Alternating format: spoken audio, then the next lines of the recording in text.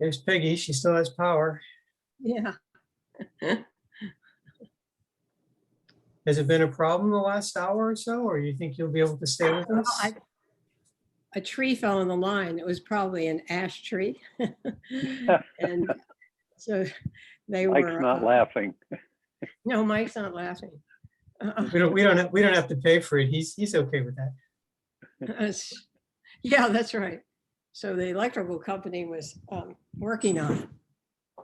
So I assume they got it fixed.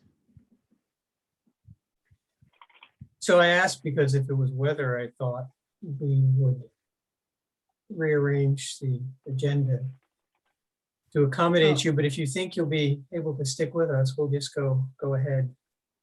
I think so. Okay. If all of a sudden I disappear, you'll know why. Okay. Although Yeah. the river looks awfully inviting, I might disappear for other reasons. Got some fish to catch. Are they edible? No, we just catch and release. Bass and brim and red eye. Just fun.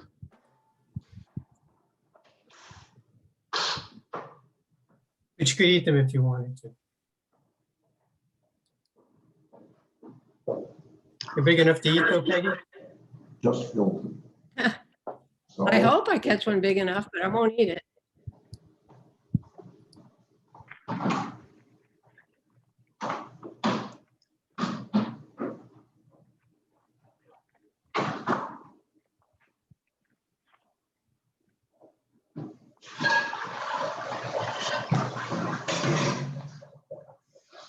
So we have a quorum.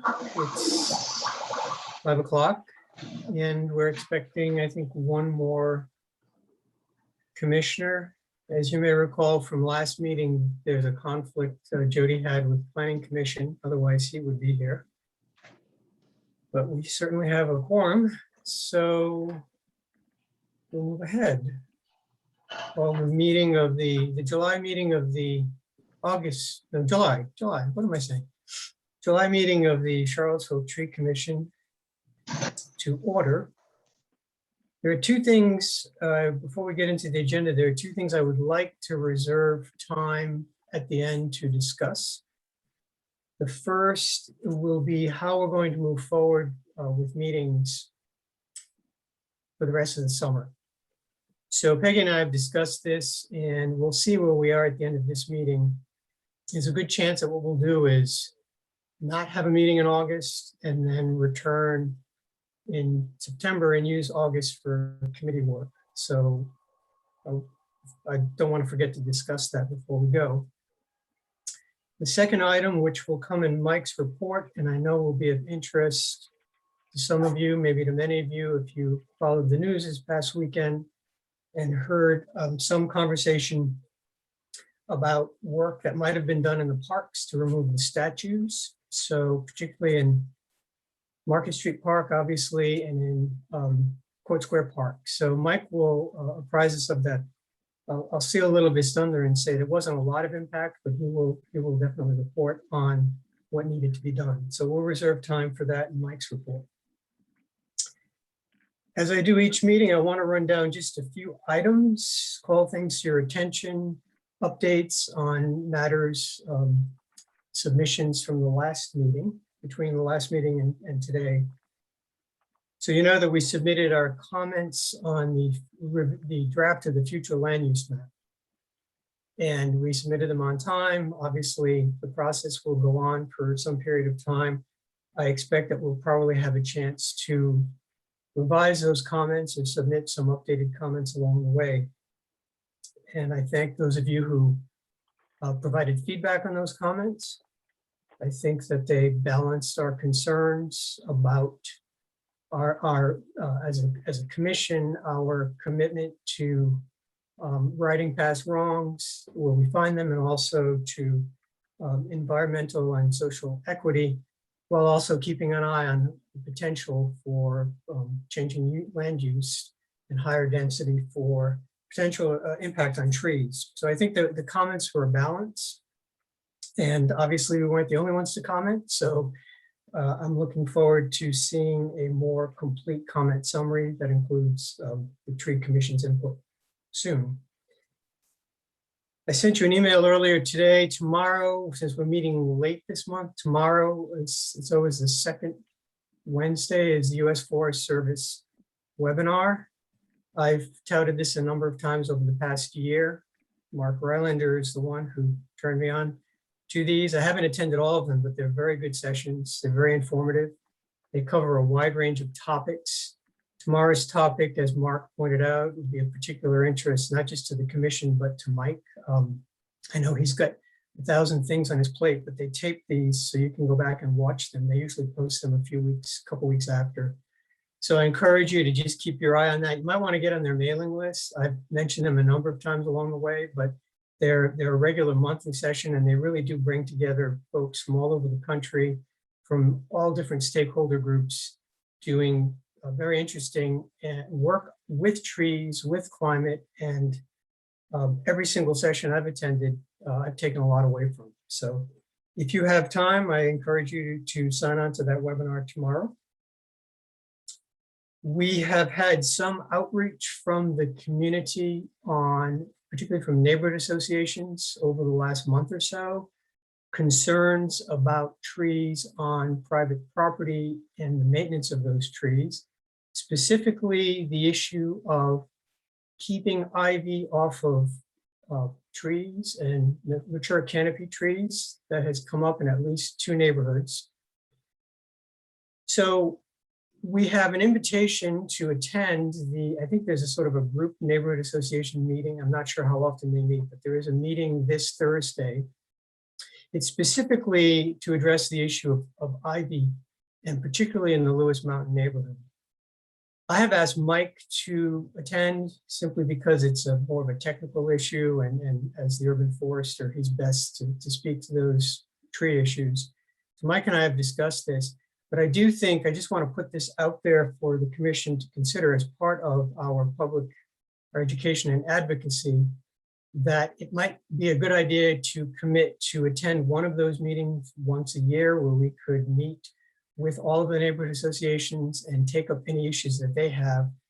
Obviously, as I've explained to the representative from Lewis Mountain some time back, we don't have any authority over trees on private property, but we have the overall mandate to educate the community about trees. And clearly, particularly in neighborhoods with a lot of old growth, large canopy trees, it would really, I think, only assist our efforts if we were to sort of educate and reinforce neighborhood associations. We don't want to get in the middle of any property battles. I think that those are probably going on, but we certainly want to provide any information. So Mike and I have discussed this, and I think it would be a good idea at some point if we schedule, as I say, probably once a year, a couple of members of the commission and Mike to attend one of those meetings. Mention that. And then I think that covers all of my preliminaries. So that brings me to an opportunity once again to welcome a new commissioner. We have had tremendous good fortune the past year in bringing on a number of new commissioners. And as of today, we are fully staffed, which means that the more we are, the more work we'll get accomplished. So it's very exciting to see the interest in joining the commission. And I think it was back in April, we welcomed 3 of you who are all with us this afternoon. And today we welcome a new commissioner. I know that she prefers to go by Jacqueline, but I'm not sure if I'm going to get her last name right. So I'm just going to say Duggery, and she will tell me if that's correct or not.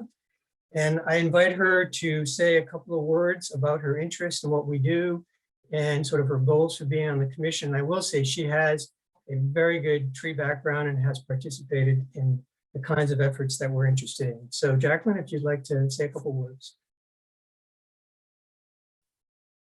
You're on mute. Okay. Thank you, Brian. And hi, everyone. I am truly honored to be on the commission.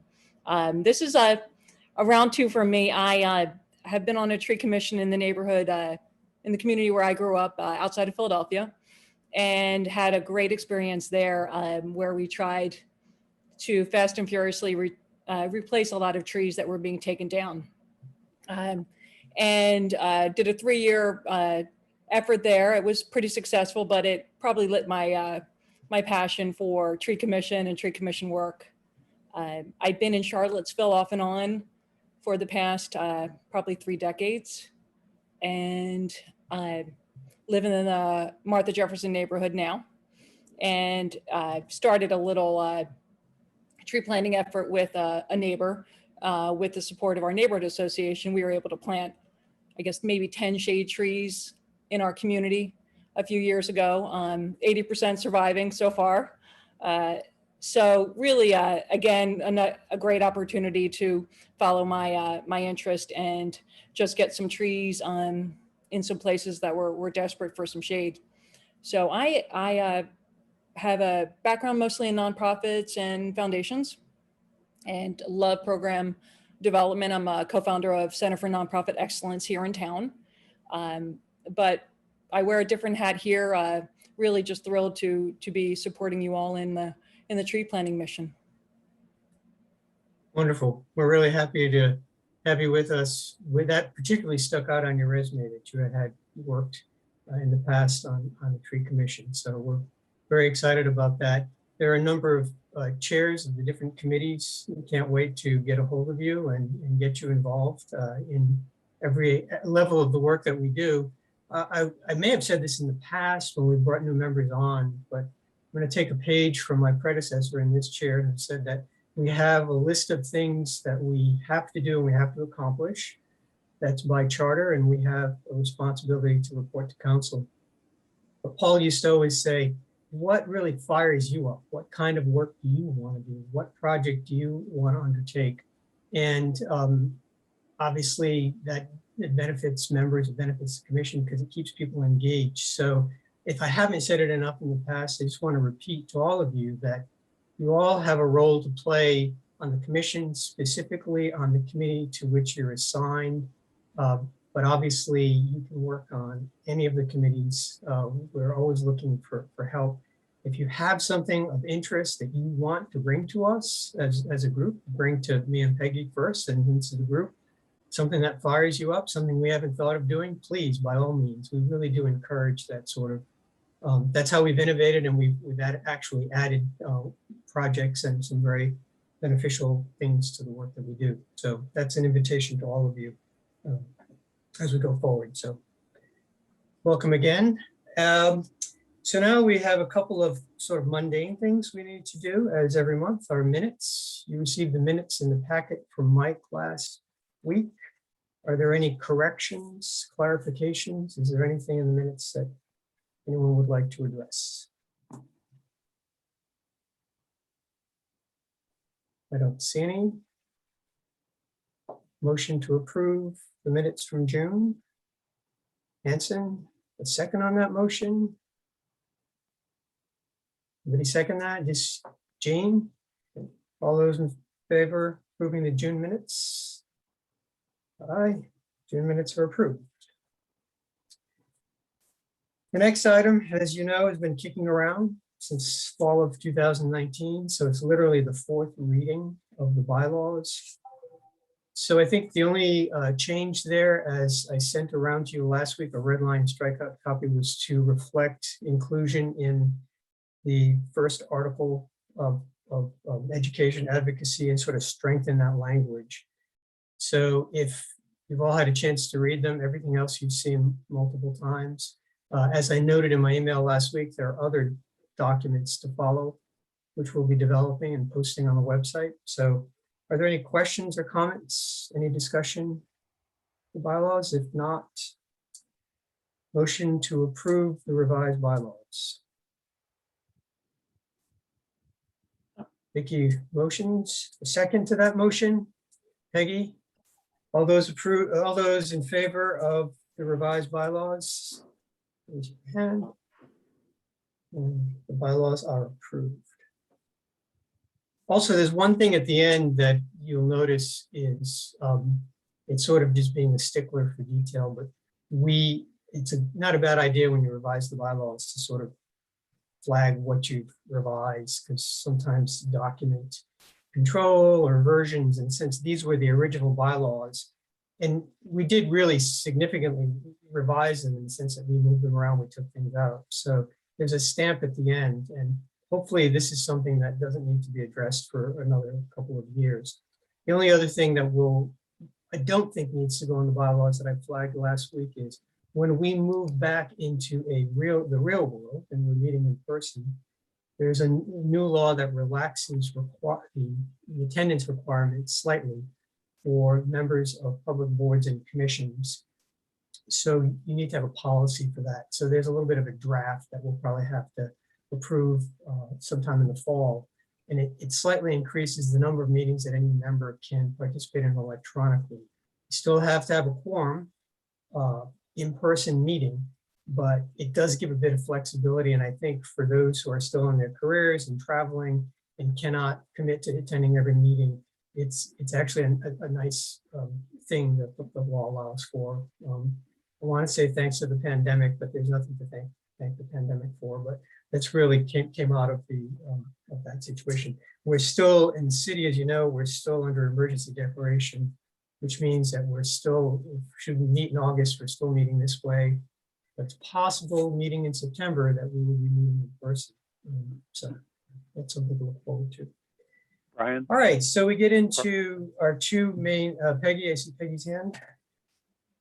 I just, a quick thing. On the page before where we list all our members, and I notice it has the purpose on there, which is different from what we've just approved. And I don't know if that document's official or sits on a web page somewhere, but we ought to change the purpose to what we just approved. You know what I'm talking about? So you were sent the final clean version of the minutes of the bylaws in the packet last week. Is it not the one that has?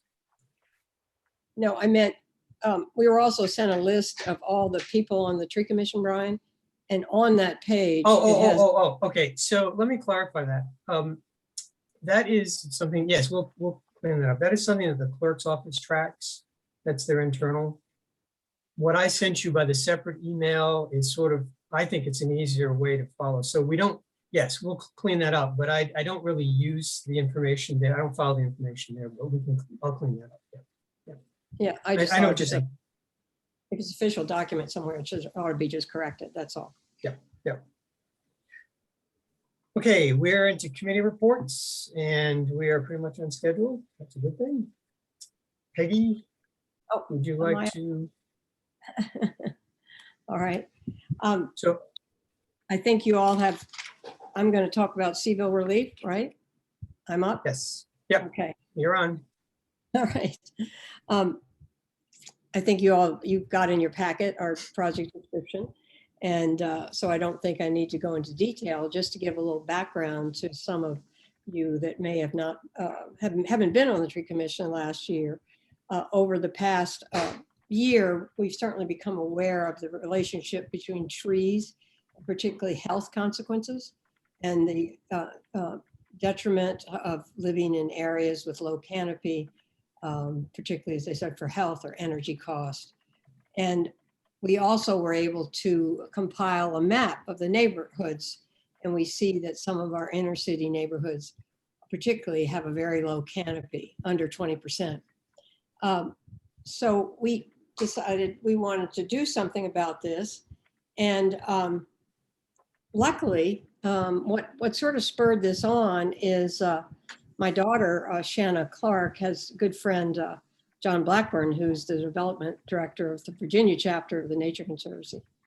Shannon and I actually went to talk to him about raising money for another project, the Grove, which at McIntyre Park, which we had presented to you a couple meetings. And we happened to talk to him about this project.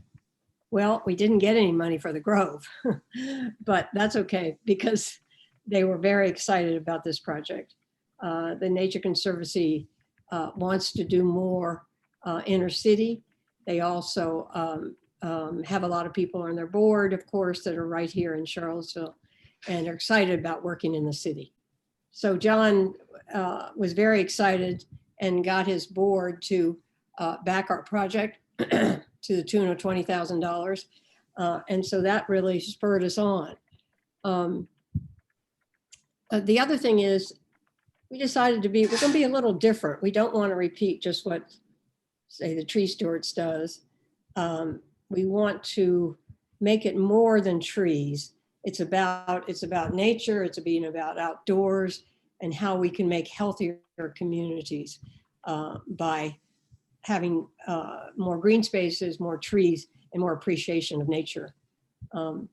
And so the other thing we're doing is we're very conscious of not wanting to come into the neighborhood and just tell them what to do. But we want to do it slowly, and we want to approach the kids first. I think many of you went to Arbor Day this last spring at Walker School. We had such a wonderful teacher there, Nancy Smith, who did a 3-week unit on trees and got the kids so excited about it. So what we plan to do here is to really start doing some activities at Venable, which is the 10th and Page school for the neighborhood. Even West Haven, which many of the kids go to Burley Moran, but the school board has passed a policy that those children can go to Venable. And so that's slowly starting to happen. So other than Venable, we want to go to the City of Promise, who is one of our partners in this, and do some activities with the children there, because many of them, as I say, don't go to Venable. But then, so as you see the timeline there, we want to do these activities. CATS is, the Tree Stewards are planning to do a small tree planting in the neighborhood this fall. But coupled with, I think we want to concentrate some of our money too, that we will be, city tree planting. We'll want to find some spaces in 10th and Page, and then perhaps do a sort of a culmination at Venable to celebrate not only the trees CATS will be doing, but what we'll be doing in the neighborhood in the fall. So that's our introduction. We will continue with that next year, 22. We want to particularly get to the teenagers, copying what Chesapeake Bay Foundation did in the south side of Richmond. We want to have a festival celebrating trees and nature, but also educating or making aware to teenagers all the jobs in the green industry, from tree care to landscape maintenance to compost to solar. And so that's an activity we'd like to do, perhaps around Arbor Day. And we're lucky to have the partner, the Parks Department is going to help us do some of these activities. Lucy Hartlett, who many of you all met a couple meetings back, is a programmer for the Parks Department. She's particularly interested in nature and the natural world. So she has agreed to help us with these activities, but we will fund them. We've applied to the Community Foundation, CACF, to have our money there. It didn't work having the money go through the city. So we're going to use this organization, and we will be funding. We probably will fund some of the parks, the activities the parks will do. We'll fund CATS to get the tree planted. We'll fund the City of Promise.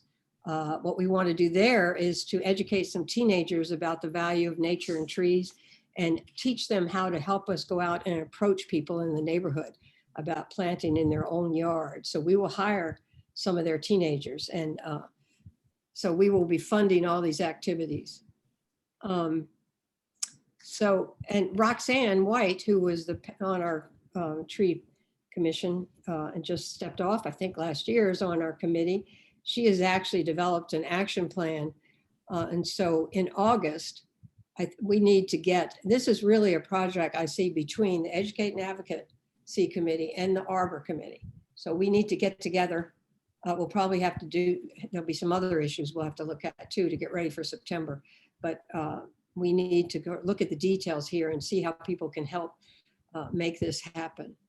So we're excited about this project. You can see we've named it Seaville Relief, RELEAF.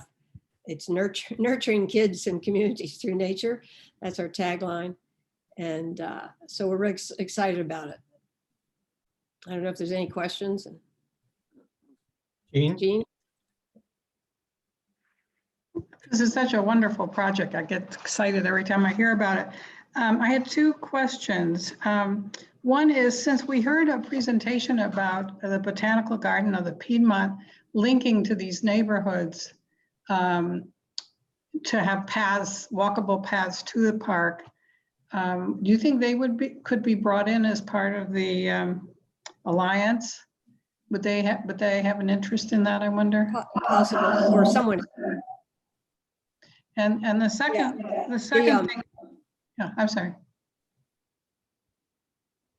Okay. Yes, I mean, we make garden clubs too. That's a possibility. Yeah.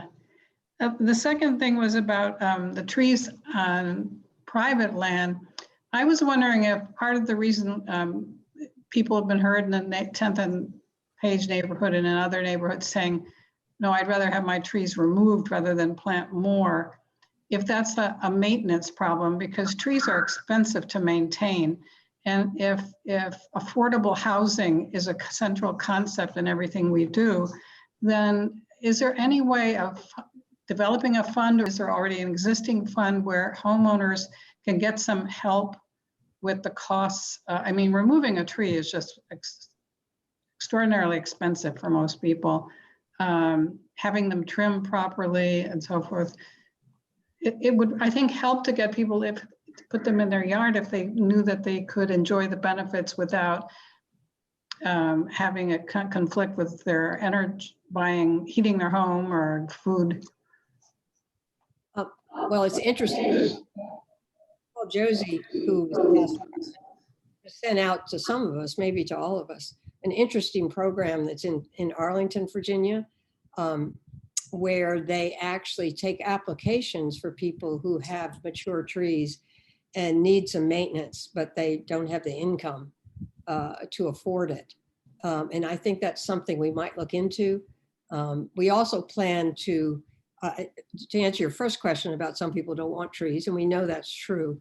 But that's why we'd like to get the kids excited first, and we hope this will bubble up.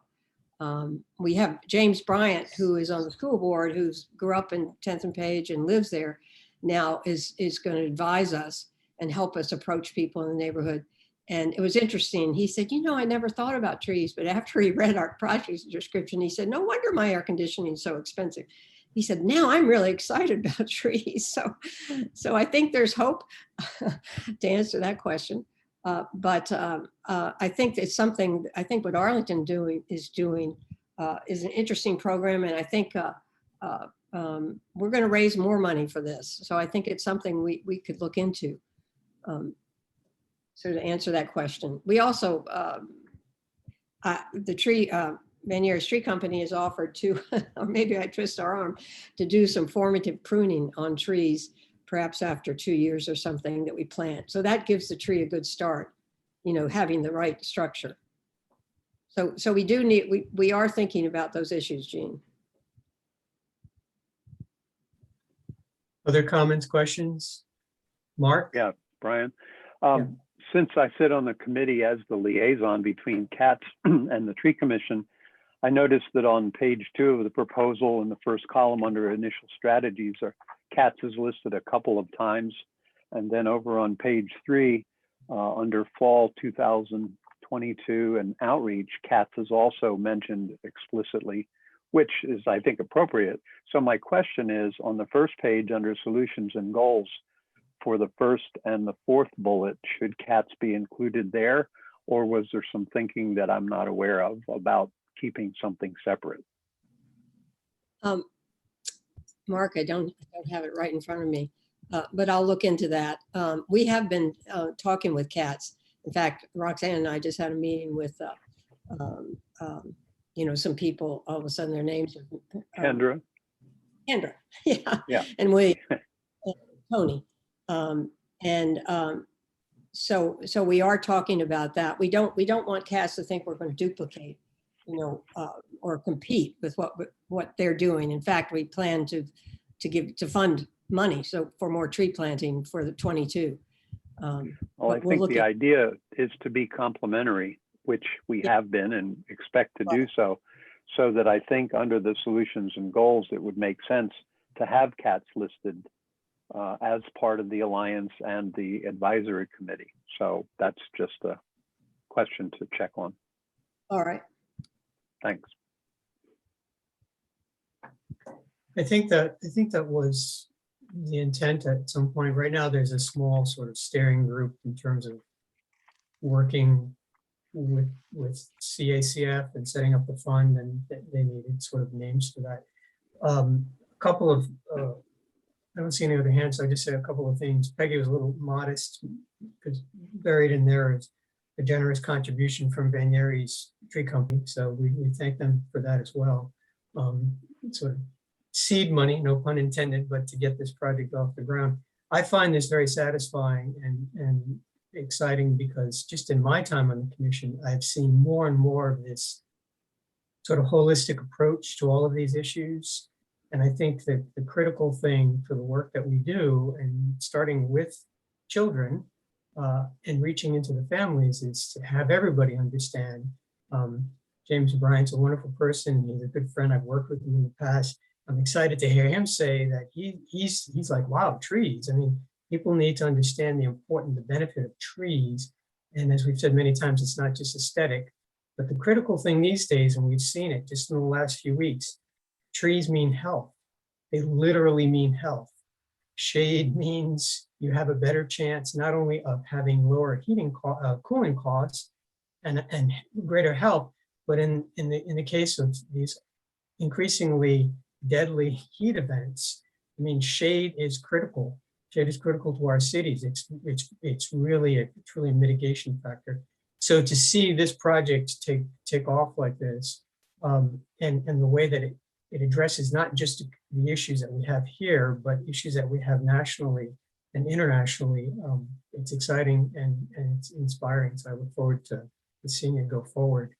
I'll speak for Peggy, but any ideas you have, any interest, any way in which you want to participate in this, this is truly a collaborative effort, public and private. It's intended to bring everybody together in the community and to address really a need that we can't, as a commission by charter, and the city can't address, and that is planting on private property. We found ways to do it, and we've done it very successfully, but this lays the groundwork for an ongoing collaboration between public and private. And that's really wonderful. I thank you, Peggy and Roxanne and Shanna and others, but I thank you again for this. Questions or comments, anything else? Yes, we get a big double thumbs up from Kim. You see the timeline there. I will say it's a good thing in a way that we've had this time, this breathing space, even that it's developing in this way. We wouldn't have been able to plant trees anytime sooner. So Peggy and others have made very good use of this downtime, in a sense, during the pandemic to get this all in place. So the next item on the agenda is really by way of an update, and particularly since half of the commission has joined, since we've really discussed this part of the work that we do. Jody, I've listed him there. I forgot that he wasn't going to be able to be here, but Jody would have spoken to one of these projects. So I want to do a rundown on the smart scale, the VDOT smart scale projects, the road projects that are ongoing in the city. And if anybody saw in the newspaper probably a couple of weeks ago, VDOT just approved another round of VDOT and I can't remember the other group, there's two groups that in a competitive process give funds to localities that want to do road projects. The focus is multimodal and specifically on pedestrian and bikes, but it's broader than that. There's critical elements. And VDOT's been doing this for, I want to say 5 or 6 years, maybe a little longer. The pandemic sort of put the brakes on some of these projects, so we haven't really spoken about them.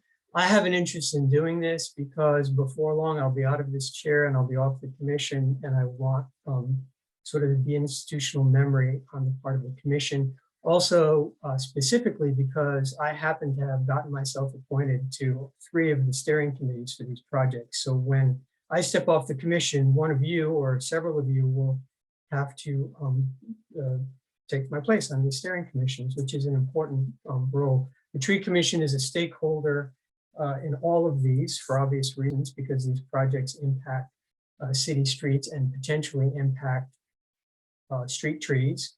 In some cases, the projects are broad enough, such as Barrett's and Emmett project, that they impact trees on private property. So there's a very important role for the tree commission to be involved in these projects going forward. So just a quick rundown. East High Streetscape Project, which is a project that I think is about $7 million total funding, starts from Locust corner where the old Martha Jeff is and goes all the way up to the Guadalajara, basically right up to Market Street. Eventually, there'll be a connection, obviously, with the new Belmont Bridge. I'll take a step back. Belmont Bridge is a project that we participated in. I think the first year I came on the commission, so there was some tree commission participation.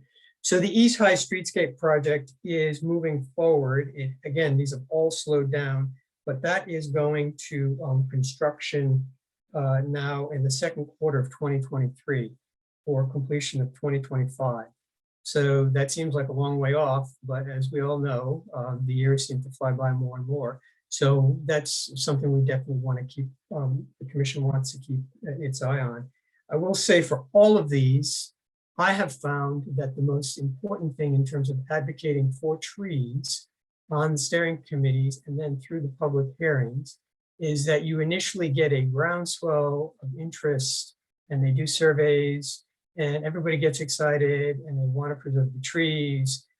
They talk about it. Well, we're trying to train them to not talk about landscape and purely aesthetic, but we try to talk about trees and climate and sustainability. But there's an initial excitement. And then, of course, as the process goes on, for any number of reasons, you see the trees begin to get encroached on. And some of it is we simply don't, there are VDOT rules, there are National Transportation Safety Administration rules. There's a lot that goes into this. So the key message for these projects going forward and for the commission's participation, and frankly, for our participation just as residents of the community, is that it's about vigilance. It's about not assuming that when you've sent that first set of comments in and everybody's excited and everybody says, yay, trees, that you can sort of walk away and not continue to advocate. And that, I will say, will be advocacy up until the time they're actually doing the construction. So I will be going off the commission, but I literally live right next door to the East High Streetscape Project.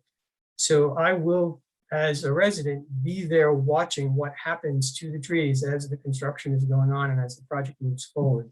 So these are really long-term. It's not a one and done where we appoint somebody to the steering committee and then we step away because we've had our say. These are really long-term commitments on the part of the tree commission as an important stakeholder group to advocate for trees. In each of the projects, and I'll mention the others in a minute, but in each of the projects, it really has been every meeting brings up some new issue and there's some impact on trees, whether it's fire trucks need lanes, et cetera, et cetera. So the next is Emmett Streetscape, which I wasn't as much involved in. Peter Russell, who used to be a very devoted member of the commission and has moved away. That is the project right around all the development at Ivy and Emmett, so at the entryway to the university. So there's a phase one of that project, which you may be familiar with. And that project is also likely to start construction in 23 and completion in 2025. I don't think there's a lot more. There may be some more public participation and public hearings on these. So they may not happen until next year, but somehow we need to keep our eye on these because it's important to at least be there and continue to voice support for the trees. The one that was in the news most recently last week, and there was actually a public hearing, some of you may have joined in, and that is Barracks Emmett. So that's important for obvious reasons, because there is that wonderful tunnel of trees that we all know well. Anybody who's lived here for even a short period of time, moved to Charlottesville, suddenly finds himself one day coming up or down that Barracks, down onto Emmett, and you say, wow, this is great. I'm in the city and there's this beautiful canopy of trees. That is a fairly major project. It starts from the intersection. There's a lot of work that's being done at the intersection that doesn't impact trees, obviously, because that's more about adding in some turn lanes, putting in some safety islands for pedestrians, expanding the crosswalks, new lighting, and et cetera. But as you get past Meadowbrook and you start to go up, all the way up to Hessian, I'm not sure if it's Hessian or Hilltop, but anyways, you come up to the hill before you get to the Rugby intersection. That whole length of it is also part of the Barrett Center project. And there is potential for significant impact on trees there, both public and private trees. That is about the public hearing last week. That one's the least farthest along, probably the Fontaine Ave. So that one's about 60% design as of last week. I believe there'll be more public hearings on that. It may be a little bit farther along in the design, but and the issue there, of course, is that they're going to widen the roadway somewhat. The lanes are going to be narrowed for traffic calming, but there is going to be some widening, particularly on the south side of the road. It's the south side. And so anytime you do that, obviously, and anytime you get close, you start digging and obviously you get into the critical root zone of trees. And so the trees did come up at last week's hearing. The tree, I didn't raise it. It was actually raised by, I think, a local resident or a citizen. And it was, what's the latest on the trees? There was a significant inventory conducted of all those trees on public and private. Most of them are on private land. And they graded the trees. So they have a map. There is a map and there is an inventory, which is a good thing. It was brought up last week, and the city, either the city or the contractor, said that there will be some large canopy trees removed, that there are negotiations with, I think, a half a dozen of the property owners to, once the construction is done, to plant hopefully the same species of desirable large canopy trees on our tree list, which is something also we have to watch out for as we go forward in this project. There will be an agreement with the property owners to plant and have a maintenance agreement. So we were talking earlier about a maintenance agreement for those who are low income, want trees, and can't commit and are concerned. So I think here, in terms of equity, when we do discuss the concept of maintenance agreement or the possibility of a pool of funds for folks who want to plant trees but are concerned about the long-term cost of trees, that there is, it's not a perfect precedent, but there is a precedent in which we will use some funds to assist those who are planting trees on their property. So I put that out there because it only occurred to me as we were talking about this when Gene raised this issue a short while ago. So there will be a change. That project is, again, about a 2025 construction completion. It's clear that you will see a significant change there. Once you start getting into those banks, as I think I mentioned quite a while back in my first report from the steering committee, you will get, you simply won't be some old trees that'll probably want to take up, but there'll be some trees that are medium to large canopy trees that won't be sustainable, and or the banks are going to come out and you're simply going to have to take trees down. The commitment is to minimize, but again, if of all the projects, certainly the ones that I serve on steering committee for, if there's one that the commission needs to closely monitor because it's a heavily it's a densely treed area, this is one that I think the commission will really need to pay attention to going forward, simply because we don't want that to end up being no longer a tunnel of trees and a lot of good trees disappear, and then we have a lot of small trees planted, and someday the trees will grow back. So the final one is Fontaine, which again was recently in the news, probably back in May. So that one is not quite as far along as East High and Emmett. It's about at 60% design. There was a public hearing in May. Their timeline right now on the website is a little bit optimistic, seems to me, given the fact that all these other projects have been put back. So I think really most of you probably won't be on the commission in 2024, 2025, but I would like it to go in the minutes, and I would like there to be some institutional memory that I think probably Fontaine is another project that will be coming to completion, certainly construction in 20, probably 23, 24, 25. So all of these projects, again, several of them would be farther along, but for the fact that a lot of time was lost last year. You probably know, any of you who've been involved in these road projects, there's also the issue of public right-of-way, right-of-way and purchasing access to property. And so a lot of that is going on right now in terms of acquisition. Lastly, the latest round, it was in the paper probably about 3-4 weeks ago. The latest round included a number of projects. I will say Charlottesville and Albemarle County are very successful in this highly competitive process, the smart scale process. And so the last round, I want to say like 80% of the projects that were put forward by the city and the county, and then jointly, probably 80% anyway, were approved.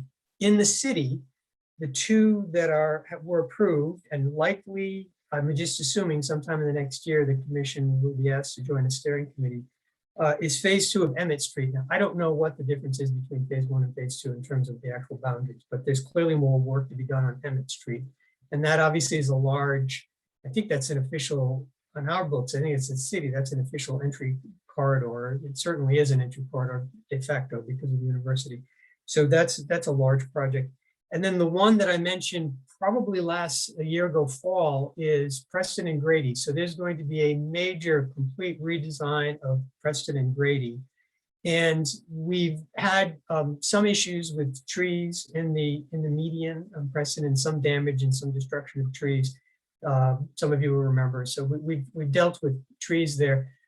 I'm not sure, looking at the actual plan, how many of the trees that exist there right now, the street trees, will be impacted. Certainly everything in that, that sort of spaghetti intersection at Preston and Grady, that's all going to be blown out because that's going to be changed. So I think that's another critical project for the tree commission to not only serve on the steering committee, but to follow closely. And again, I have a feeling that sometime in the next year, I don't think this year, but next year, there'll be a steering committee put forward for that. And I know Mike follows these things too, but again, the commission just needs to keep its eye on the ball. The last thing I'll say about these projects is people forget sometimes, but because they sound like road projects, but they really do have an impact on trees, not only existing trees, but there's the ability to come in and to advocate for not just, for lack of a better term or a technical term, dinky tree lawns that you can't plant anything in, but for pushing for as much soil volume and as much capacity to plant decent sized trees there. The thing that I've seen, and it won't surprise anybody, is that the push is always towards, hey, let's put in some nice small trees. And nobody has anything against, well, you do, dogwoods and redbuds and all of those small trees and the awful pear trees. But there's a tendency to think that if we talk about landscaping, that a tree is a tree is a tree. Obviously, the message on these steering committees is these trees aren't just for the benefit of people who might be walking by someday. They're not just for the benefit of adjoining property owners. Anybody who is cycling on that street in the future, anybody who's stuck in a little bit of traffic, and some of these places do have traffic, particularly at certain times of the day, will benefit from tree canopy and will benefit from shade. And I think that's just a critical mission that we need to hit on, because these are thought of as just technical engineering projects, and trees, if nobody's paying attention, trees just sort of fall by the wayside. If we can have impact in this area, it's probably not our biggest bang for the buck. It's not like planting 500 trees, and it's not like having an aggressive collaboration on public and private property. But I don't think we should take our eye off this. I think this is a sort of a part of our palette of things that we can do. So probably more than you want to hear about smart scale. I'm never going to talk about it again, but I just wanted to get it on the record. Are there any questions or comments on any of those projects, or anything anybody wants to raise or add? Everybody's on mute, so I see Tim put his hand up. Tim? Yeah, thanks, Brian. Just on the Preston Grady Smart Scale project in particular, because it adjoins 10th and Page and our 19% and declining canopy rate, and because Preston Avenue itself is like a vestige of urban renewal that separated 10th and Page from Rose Hill, it seems like it's an equity issue too, to get as much canopy along the edge of those neighborhoods as physically possible. Yeah. So you pointed out a bunch of the different aspects and benefits, and that feels like another opportunity and another lens to kind of see that through. No, that's an excellent point. In fact, I know when the city was looking at this project and preparing it for submission, there was discussion about how that intersection really did reinforce the notion of sort of cutting off the various neighborhoods in the community. So the redesign actually has that in mind. So to the extent that we can get as many trees into that redesign, we're just sort of hammering that issue home. So that's an excellent point. Other comments or questions? All right, so now we move to, and this is another way in which we protect our street trees, our existing street trees, not just against road projects, but we move to very exciting. We are now going to talk about, not just talk about, we're going to act on the trees that have been nominated. So I'm going to turn this to Jeff. Jeff and Peggy have done a lot of hard work on this, but I'm not sure if you all decided who's going to lead this, but I'm going to turn it to Jeff and he can make a presentation to us. Peggy, would you like to introduce? I think you have a deep history with this, and maybe a quick introduction, and then I can go into the work that we've done over the past month. Okay. Jeff has taken on a load off my shoulders. That's for sure. And I appreciate what he's done. I guess it was in 2019. I can't exactly which month it was, but anyway, we nominated these trees around Friendship Court, which are oak trees. They're white oaks and tin oaks that were planted, most of them anyway, in the mid 1970s. And we're sure they were planted as an edge to define that housing project by the city. We want to protect these trees because they've been under threat, not only from the redevelopment of Friendship Court, but from other projects in the area. You probably saw that Apex took around 8 or 9 huge oaks down when they built their energy saving building. But since that time, COVID hit and whatnot, and we weren't able to really move ahead with this. But in 2019, we voted as a commission to nominate these trees. So we want to go ahead and revive that again. One thing also, we noticed this a couple months ago when we nominated 6 trees to City Council. Their packet ended up being 40 pages for only 6 trees. And so we have worked at how can we be more efficient in nominating these trees. And Jeff has taken it upon himself to come up with basically a 1-page executive summary for each tree, instead of, you saw in your packet before, it was like 3 pages, would have been 3 pages for each tree. So Jeff has done a great job of that, and he'll show you how he's pared it down, so it's really 1 page. And then there'll be attachments, but City Council will be able to get a quick preview without having to read, could be 100 or more pages. If I left anything out, I think, Jeff, you want to? That's great. Brian, do we want to pull that up, or should we just talk about it now? And I don't know that we need to look at it. People have it as part of their packet. Let's just leave it as. I think it wouldn't be bad if you could walk us through just one of the new forms, or just point out how we've sort of reduced the. So do you want me to pull that up? Do you have the ability to share screen? I don't have it in front of me. I would just pull up the packet, I guess, that was sent around.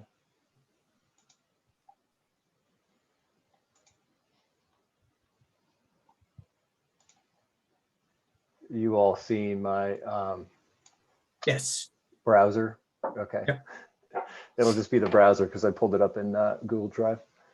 To add to what Peggy said, we spent some time over the last month just taking that former tree conservation nomination form that was 3 pages, as she mentioned, and reducing that to 1 page. And I must give some credit to the city of Arlington, whose tree nomination form I poached a lot of this content from, and then modified it for Charlottesville. And then I think it was very helpful to have Mike review this, and Peggy and Brian. I think Mark also took a look at it, and Jean, of course, all people on the Arbor Committee.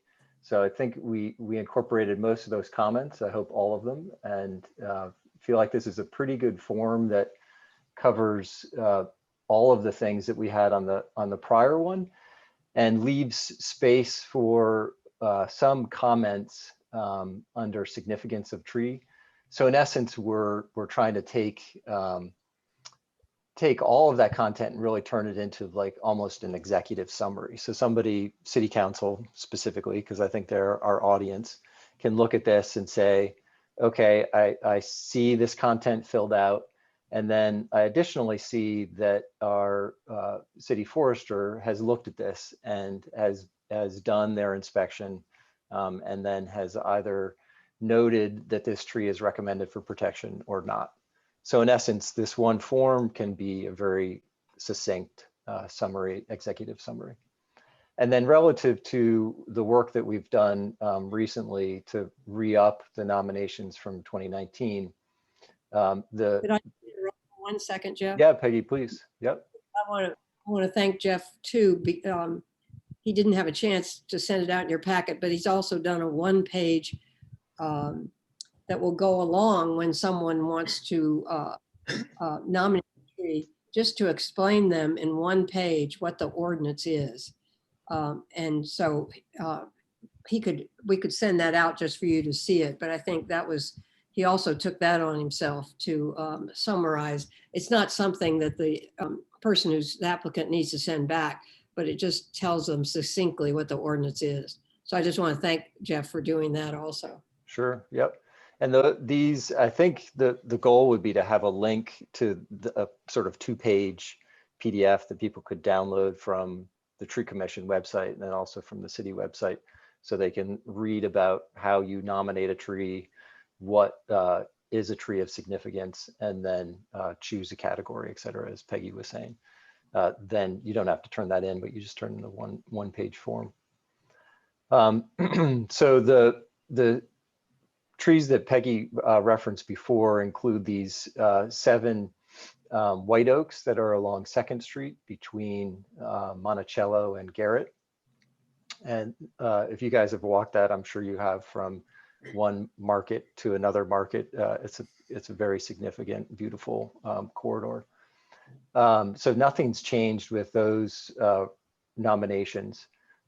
Relative to the pin oaks that are all the way along the length of Garrett Street, compared to the 2019 nominations, we have added one, and that is the tree that's out front of the Nest Realty office.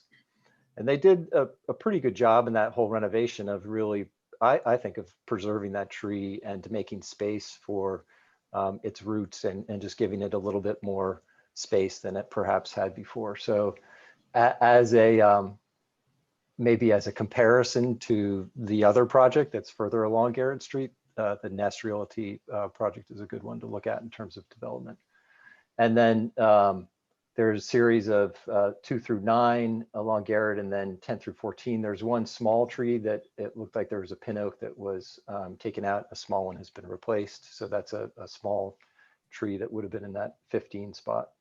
And then 15 through 20, 6th Street on Garrett to Avon. And there are a couple along here that I think Mike is going to need to take a little closer look at. They have some tip die back, and they may need some either trimming and or nutrient additions.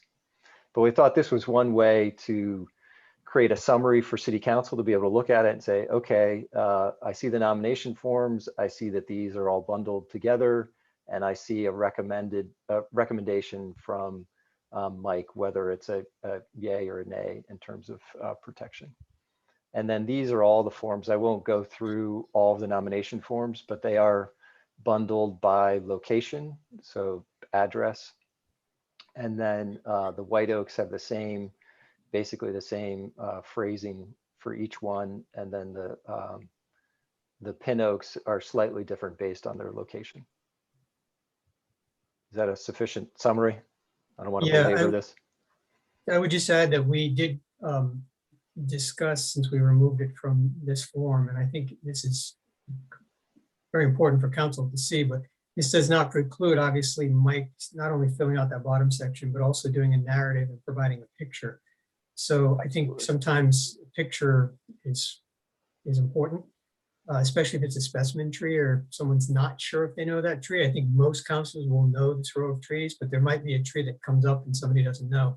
So this form serves as a great one pager, but if there's more that needs to be said, there's certainly the possibility of attaching it.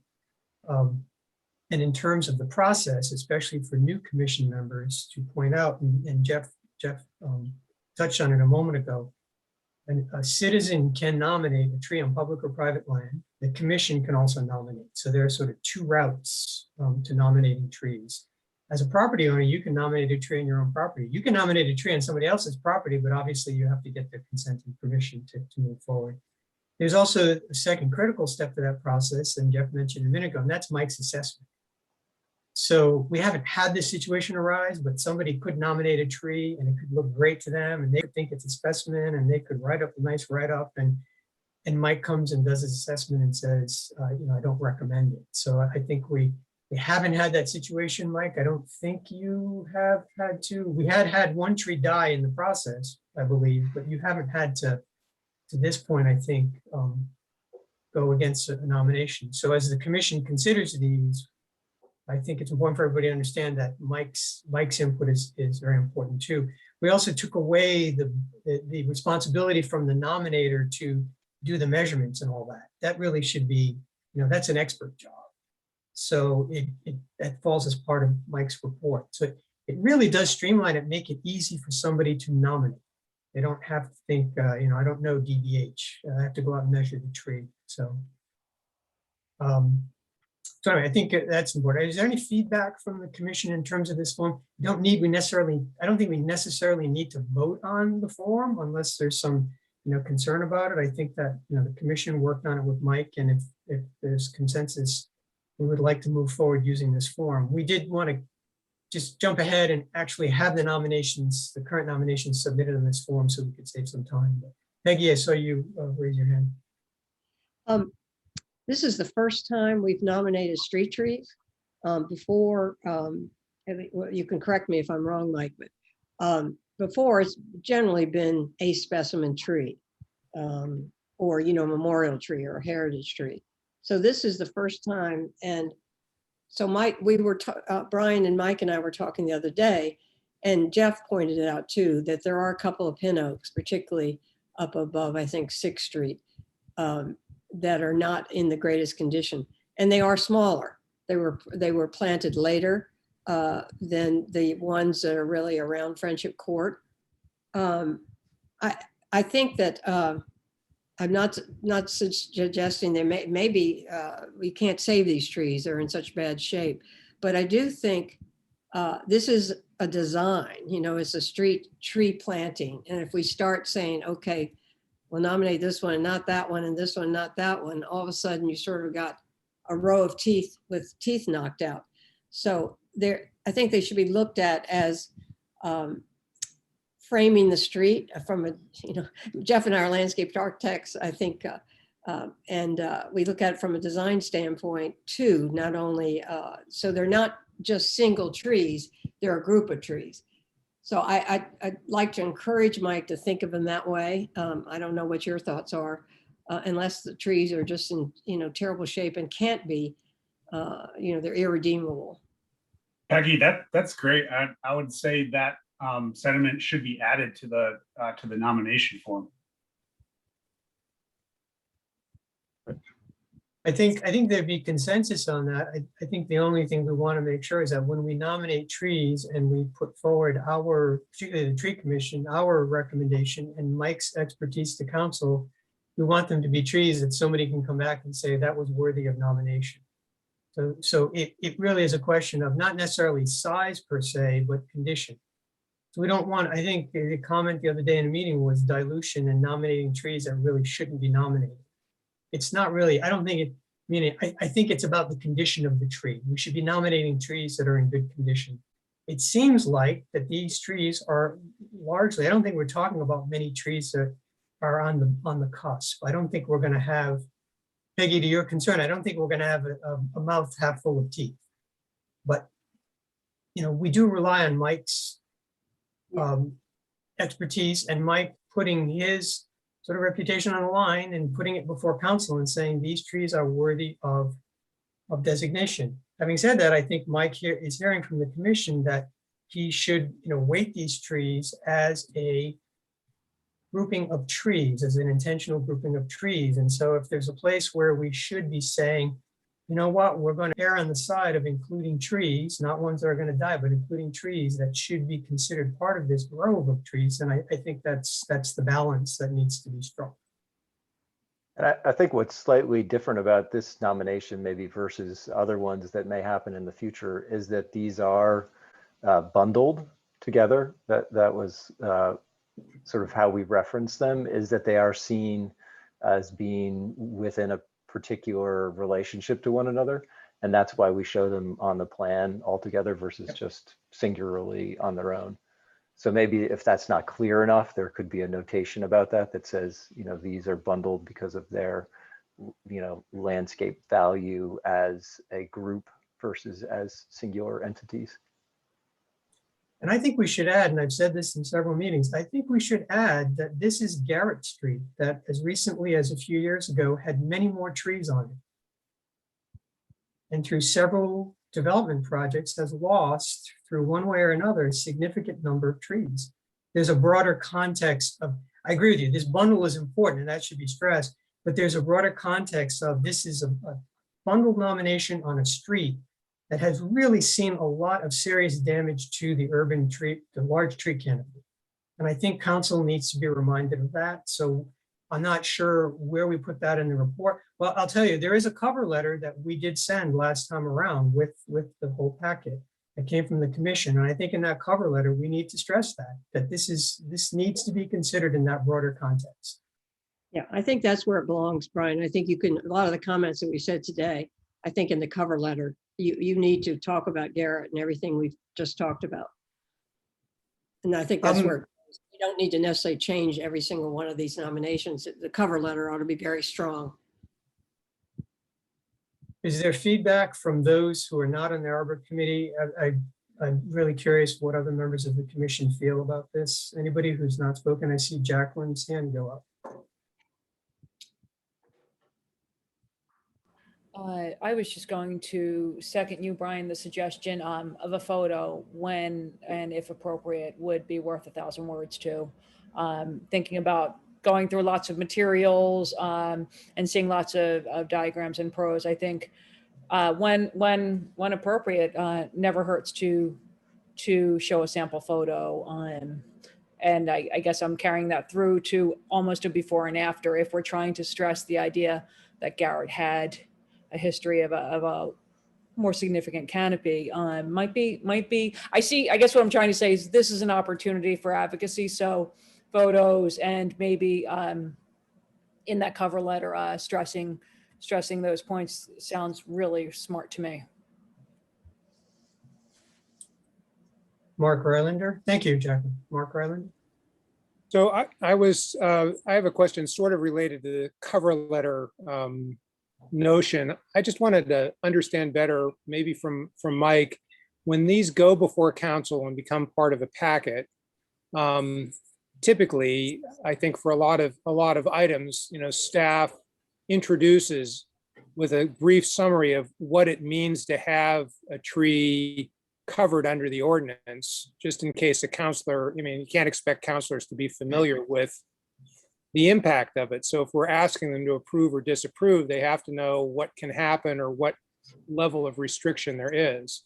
Is it correct to assume that that kind of reminder is part of the packet that goes before council, or is there a need for kind of a description of what this actually means, because it's particularly pertinent with respect to Friendship Court, where the city sort of has an interest, more of an interest in this property maybe than some others in terms of how it succeeds, and the idea that there would be restrictions on affordable housing needs to be really clear, what it will mean. Does that make sense?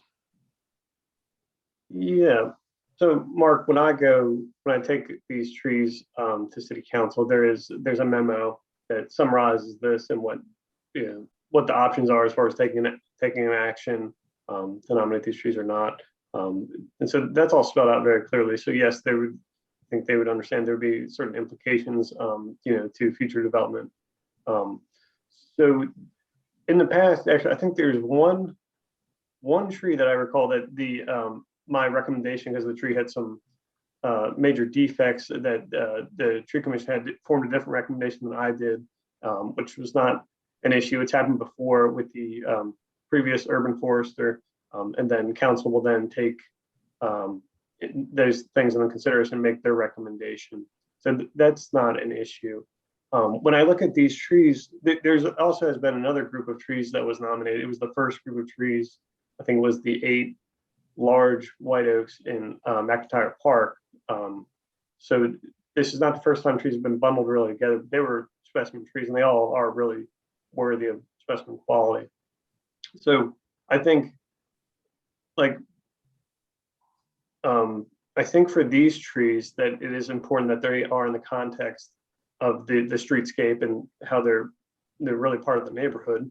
But I think when I have to go write a report and I have to look at these trees individually, because the program's really, it's more set up to look at trees individually. So I have to form a recommendation. I think one of the smallest pin oak is like 14 inches or something. So I think of some of these other trees that are already in this program, like these white oaks we just talked about in McIntyre Park, or the ash behind the Historical Society, they're really irreplaceable.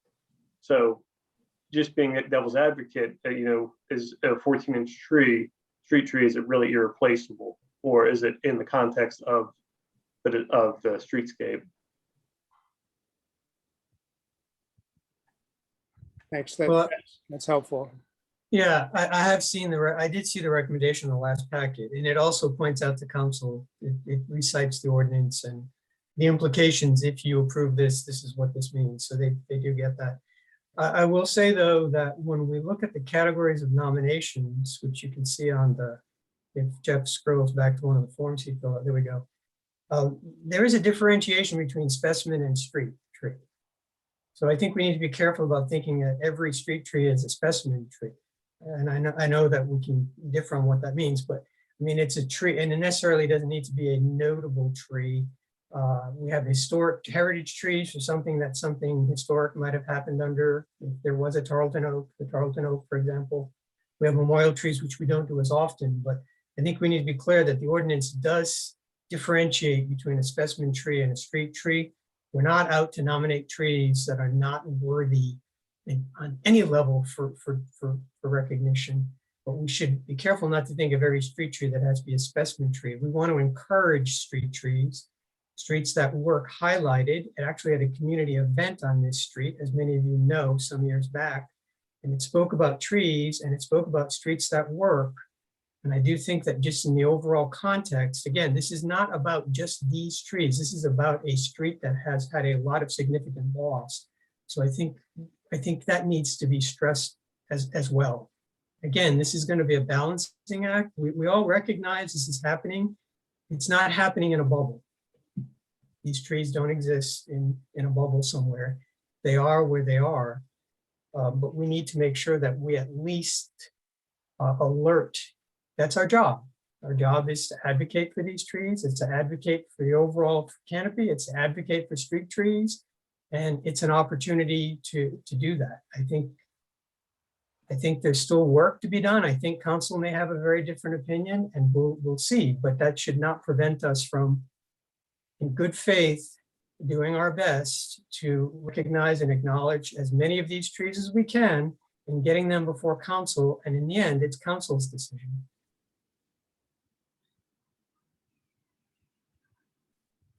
I just got a quick question. I mean, so are people going to be filling in a PDF form? Sorry, is that how this is?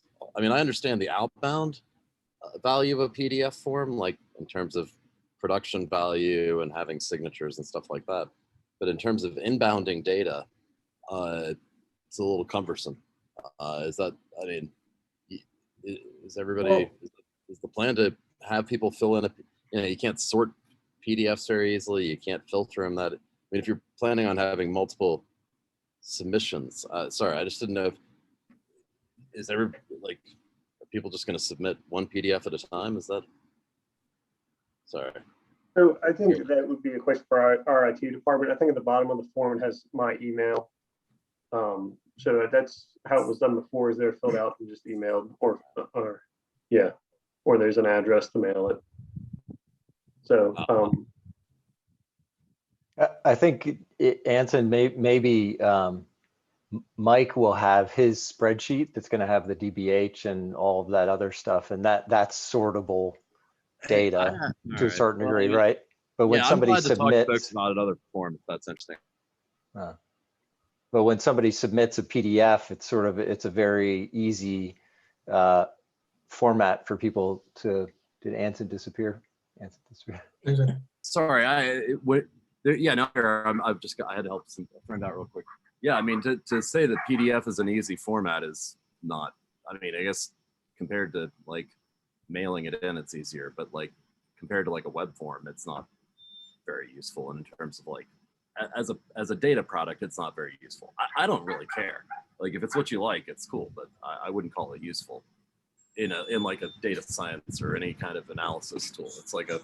It's an executive summary tool, but it's not like something.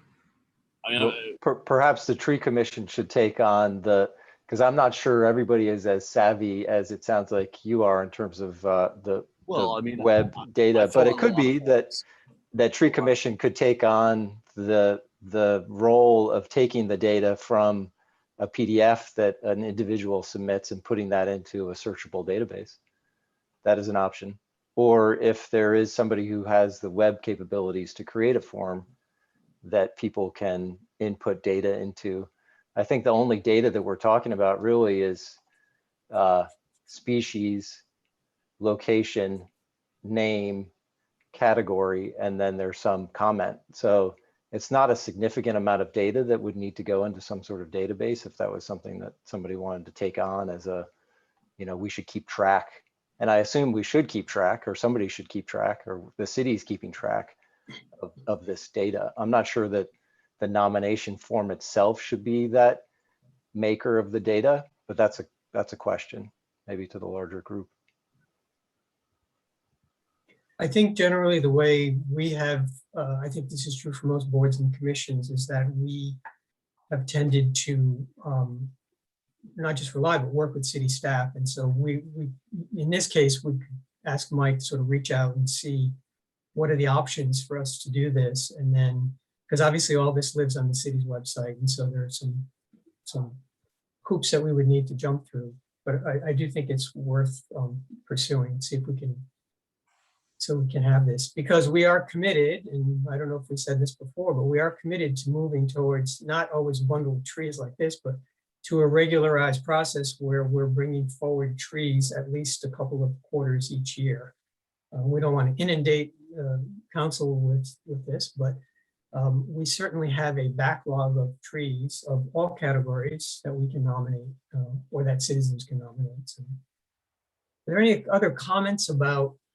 No, we're focused specifically on this because we're going to move to a vote because we want to reauthorize this. Are there any comments on these particular trees, these nominations? I see Jeff Pacelli. Jeff? You're on mute, Jeff. Sorry about that. Yeah, piggybacking real quick on the data thing, from an accessibility standpoint, I mean, we should have the capability to do anything. I mean, the PDF has where to send it if you wanted to print it out and send it via snail mail. A web form would be good, but PDF also. Any way we can get the trees nominated is the way to do it. As many avenues as possible. I was just thinking in regards to the kind of like the nomination process from a codes and practices standpoint. When these trees are designated into the 4 categories, it's just kind of interesting to think about the fact that, yes, we're putting these trees in the street designation, but it doesn't really, there's no real definition. Well, I mean, they're defined, but from a conservation perspective or from like a fine perspective or something along those lines, if a street tree is cut down, there's no different I guess outcome that you would have if a heritage tree was cut down. I'm just kind of thinking about that from kind of a larger perspective.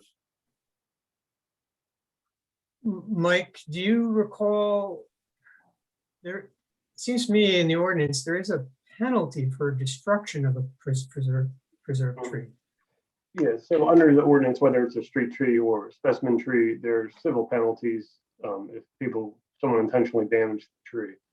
So I don't think in terms of ordinance application, they're all the same. They're protected the same way. Does that make sense? Yeah, no, I'm looking at the code right now. It looks like it's like $2,500 per violation, civil penalties. But I mean, I guess something to consider, would or should there be some sort of difference if a heritage tree was affected versus a street tree? So that goes to revising the code, the ordinance. So we would need to consider that. In the one pager, Jeff, in the one pager, if there's room to sort of, I know we talk about we explain what the 4 categories are. I'm not sure if it's important in there also to state what the restrictions are when you nominate a tree. I did deal with a citizen, a resident, who wanted to nominate a tree on their property. And in responding to them, this was after the publicity for the April trees that were preserved. And I did specify to her clearly that if you do this, this is what the ordinance says you can or cannot do going forward with your tree. And neither Mike nor I heard back from the resident. So I think it's important on that form to make it clear, if you nominate a tree and it's approved by council, it does place some restrictions on the tree on your private property. It places strict restrictions on the tree on public property, but that's council's sort of decision. But I think private property owners need to know that when they're nominating a tree. Brian, Jeff is Jeff. on the second page that would go to explain to an applicant. He cites in there the penalties that could happen. Great. Okay. Yeah. Says that. Yeah. I hadn't seen it, but I just want to make sure. Yeah, we have that on there. That's great. Yeah. So have we discussed this? I mean, there are still some unknowns in submitting this, but are we ready to move to a vote on this, Commission? Jean, are you saying you're ready to move, or you have a comment? No, I have a comment. And this is really picky, but under the supporting statement in the second paragraph, there's been a transposition of letters. So preserved became preserved. It's a typo. Maybe it was caught, but the version I have, it's the typo. Okay. I don't know if that's important or not. But. No, Where is it? The paragraph beginning as Friendship Court is developed, and then it's the end, actually the last word in that sentence. Second paragraph under street. Okay. Thank you. No, I believe in correcting. We know offhand, do we have any sense of the phasing or development plan for Friendship Court, and if they would be impacting these trees at this point, or is that still kind of not public knowledge? So we've seen several iterations. It's been a while because we haven't looked at site plans in quite a while as a commission. Mike may know more, but the sense was that some of these trees would be impacted, but not immediately. Unlike some of the other projects on the street where the first shovel went in the ground, the trees were cut down. Some of these trees, it looks at least initially that they might be quote unquote preserved, but there's a question about what the future impact is on critical root zone, et cetera. But Mike, I don't know, do you have a better sense of where the process is? I can find out. Okay. Brian Holiska is listening in if he wants to chime in.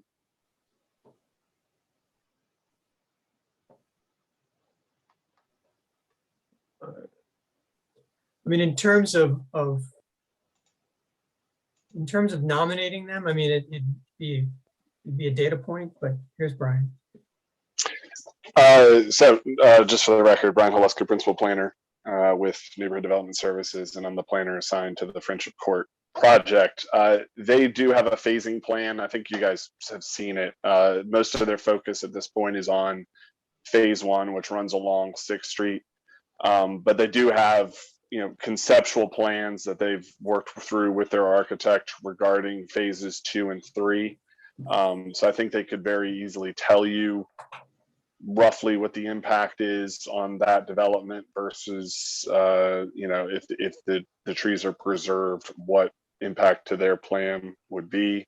I do know there will be conflicts. They're aware of the tree commission's of this agenda item, and so I would expect a response from them regarding how it might impact their plans or how their plans might impact these trees. But I think they intended to use pretty much as much of their property as possible, and that's gonna that would run up right to the back of the sidewalk and impact a lot of these trees, I think. No, thank you, Brian, for confirming that. I think that was clear. You or a colleague may have made a presentation on this, perhaps Missy did. So, I mean, we understand, we expect a response. I mean, the issue is that the Tree Commission has identified a street in Charlottesville with a mature canopy that is under threat. So, but yes, we expect to hear more. Are there any other comments or questions from the commission or Mike? Can we move to a vote? This is an important vote. Is there a motion that we nominate this? You've all seen the packet, this packet of trees designated by number and by map and individually described with a nomination form. Do we have a motion for this packet? Let's see, Jane moves. Is there a second? Peggy seconds. All those in favor of nominating this packet of trees, please raise your hands. I'd like to get a count. Okay. All right, that agenda item is approved. Those nominations will go forward. I want to thank Jeff for all his work on this again. Now, Mike, I know you're looking at the time and we really have dug into your time. We are going to pick up time at the end. And also, we're going to try to stay close to our 7 o'clock close, but since we're not going to meet for potentially 2 months, if we go a few minutes over, with apologies to everyone, including staff, because I know you have a lot to discuss. I think, could you just give us a thumbnail on the work you did on the trees and the two parts first, and then we'll move on.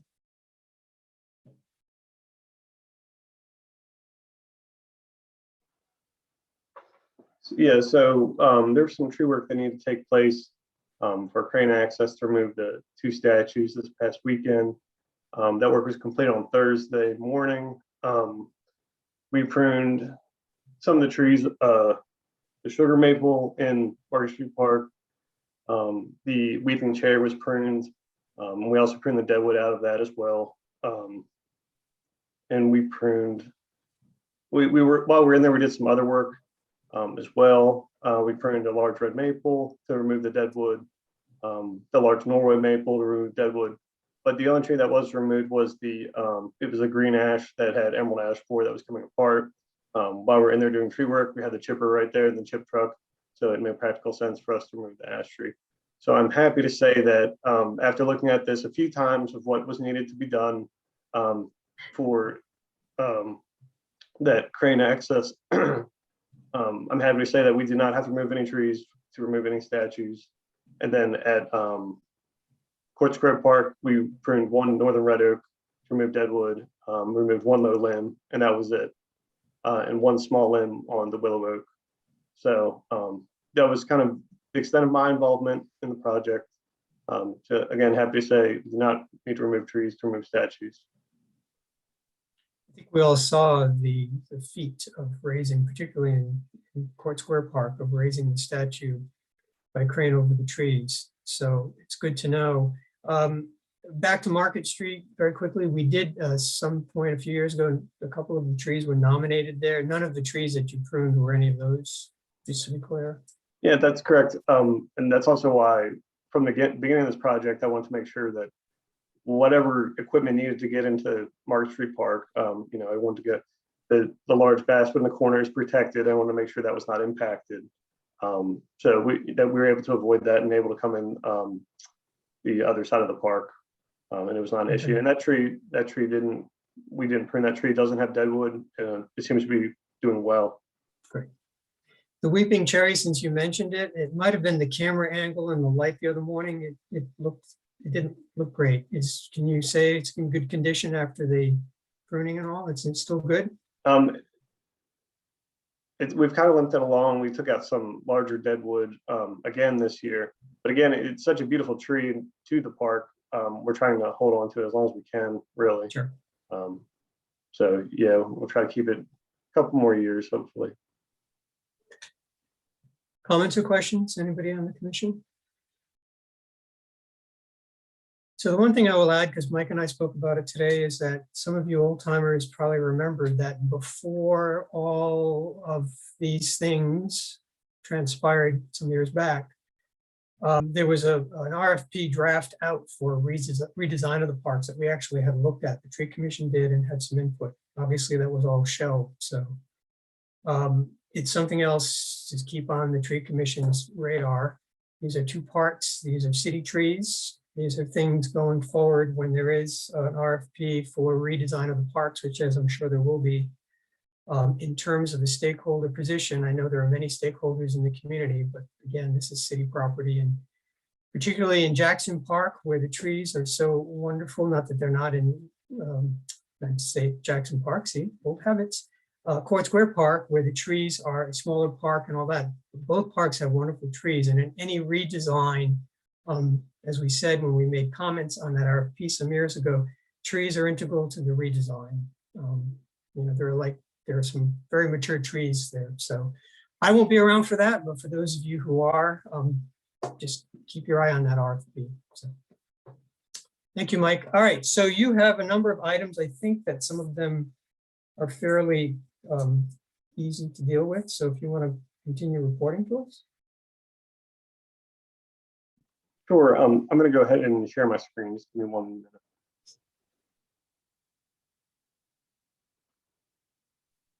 Okay. Can everybody see my screen?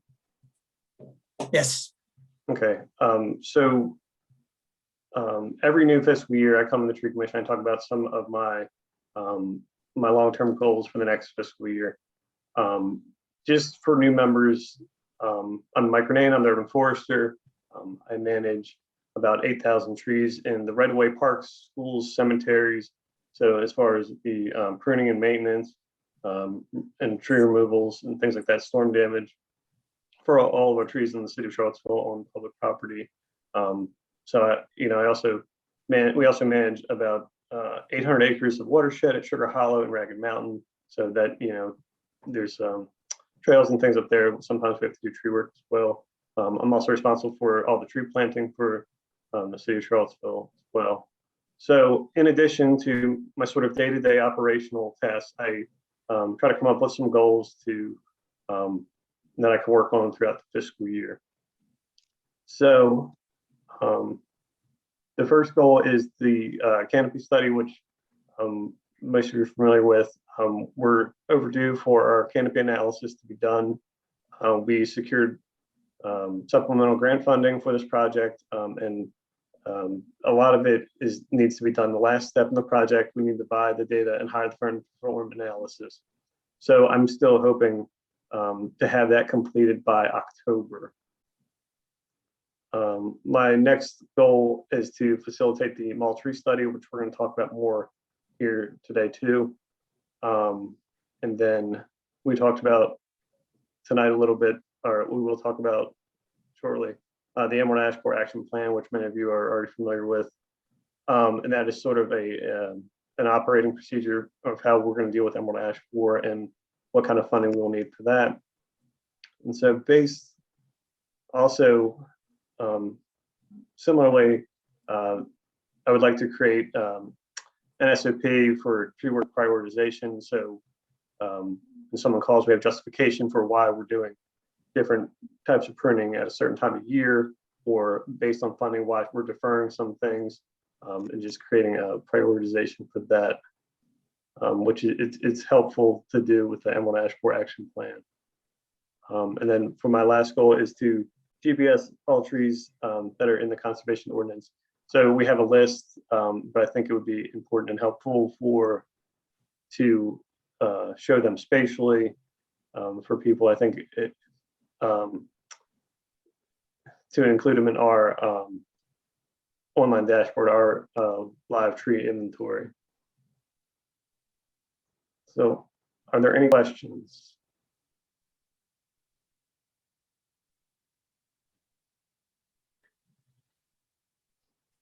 Mark Rylander? Mike, this is a question that leads to the next part, but and maybe you'll describe it then. I just wanted to understand what your role is relative to the mall tree study, Okay. and others on city staff, sort of what process it goes through, and how much of your time and effort, how much of it just comes directly from you. As far as the mall tree study? Yeah. Oh. Yeah. Are you solely responsible for it, for example? Yeah, I mean, essentially, Todd and I, fundamentally, it's going to be me shepherding the process forward and working with the consultant. Okay. All right. Thanks. Mm-hmm. Other question? Other questions about Mike's? Mark, is that your hand yet? Jeff? I had a question. Yeah. Jeff Yeah. A. Sorry. Yeah. Sorry. Mike, this looks great. The GPS of all trees incorporated into the conservation ordinance. I assume that also, or perhaps could include like a GIS inventory, so that has a data set associated with this. And maybe that gets at Anson's question, is that's a rich data set. It's not just like a point. You've got other stuff in there too. Yeah, that's true. There's additional fields for that that would have some of this other information that might address Anson's question. Great. And that's sortable through tables or other queries if somebody wanted to know, how many white oaks are in the conserved within the city, or their locations, etc. Definitely, there'd be a way to query that, and it should be, after this is added, people should be able to, anyone can go online and do it and look at it and find them. So yeah, and again, I think there's already 6 trees into incorporating the conservation ordinance. So I mean, it's not a ton of data anyway. They'll be working with. If we wanted to load it somewhere else or do something else with it. Right. Well, we're going to add to it. Right. It's going to get bigger. Yeah. Thanks. Other comments, questions?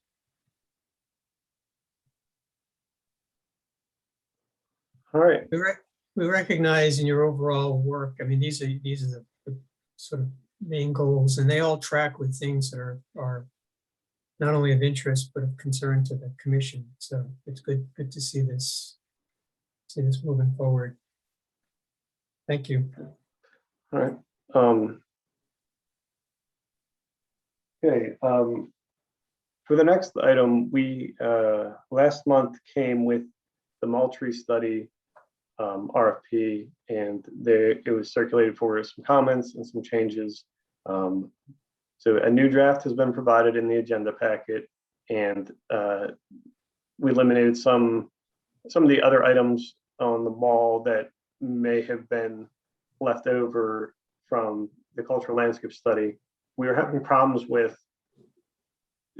how the space is used and how the trees abut the buildings and things and how the other parts of the mall are used. They're kind of all incorporated. So we talked a little bit and we really slashed some of these items that we felt, we could do without. And we really want the central focus to be on the mall trees and to provide us, with really workable solutions, the mall trees. So I probably won't go through all the comments that we received. Did everyone have an opportunity to look at it? There's some general comments about the study or? I think the important thing, the reason why we circulated the draft is partly because we were scheduled to keep the commission in the loop. Also to follow up, as I wrote in my sort of explanatory notes to the commission at the end of last week, there was some good conversation last time about how we address this in the context of a potential other study, which is a broader study. Mike and Peggy and I and Todd met, and just to get a consensus that we're still sort of fine tuning this and sort of driving to that point and not worrying as much about elements that don't directly impact the trees. And so we had a good conversation about this last week, the leadership, and we're in consensus on that. It doesn't mean that there aren't still items. I mean, there's still a good bit of work to do shaping this. There are a list of items, for example, at the bottom, a lot of bulleted things that we still need to sort of get in there, and we've pulled some things out. We are probably not going to work on seeing this again as a group, hopefully to approve it in September. So this is sort of an interim look at the work that we've been doing on this, but mainly to show that we were addressing the concerns that were raised last time. Obviously, Jody is not here this evening, but those of you who were at the meeting know that he expressed a concern, and I think we share this consensus that this report needs to speak to the trees and from an expert perspective, what needs to be done with these trees moving forward, understanding that they are within a historic, highly regarded landscape design, urban landscape design. So we want to acknowledge that as well. We're not trying to separate the trees from all the hardscape and not think about that. And I think that's important to put forward to the public as well. But fundamentally, the Tree Commission's bailiwick here is to come up with a report and a study about the trees, fundamentally about the trees. And then others might have broader studies about the urban landscape. So that's really the context. We wanted you to have a chance to look through it. Going forward over the next couple of months, we really do want to, and I have a couple of you in mind, to broaden the group to circulate for comment as we sort of drill down to a final RFP. We have a few minutes, just any general reactions to what you see there. Those of you who are at the meeting, particularly the narrative, you feel that we're getting more to that point where it's focusing on the trees more? Comments, anybody?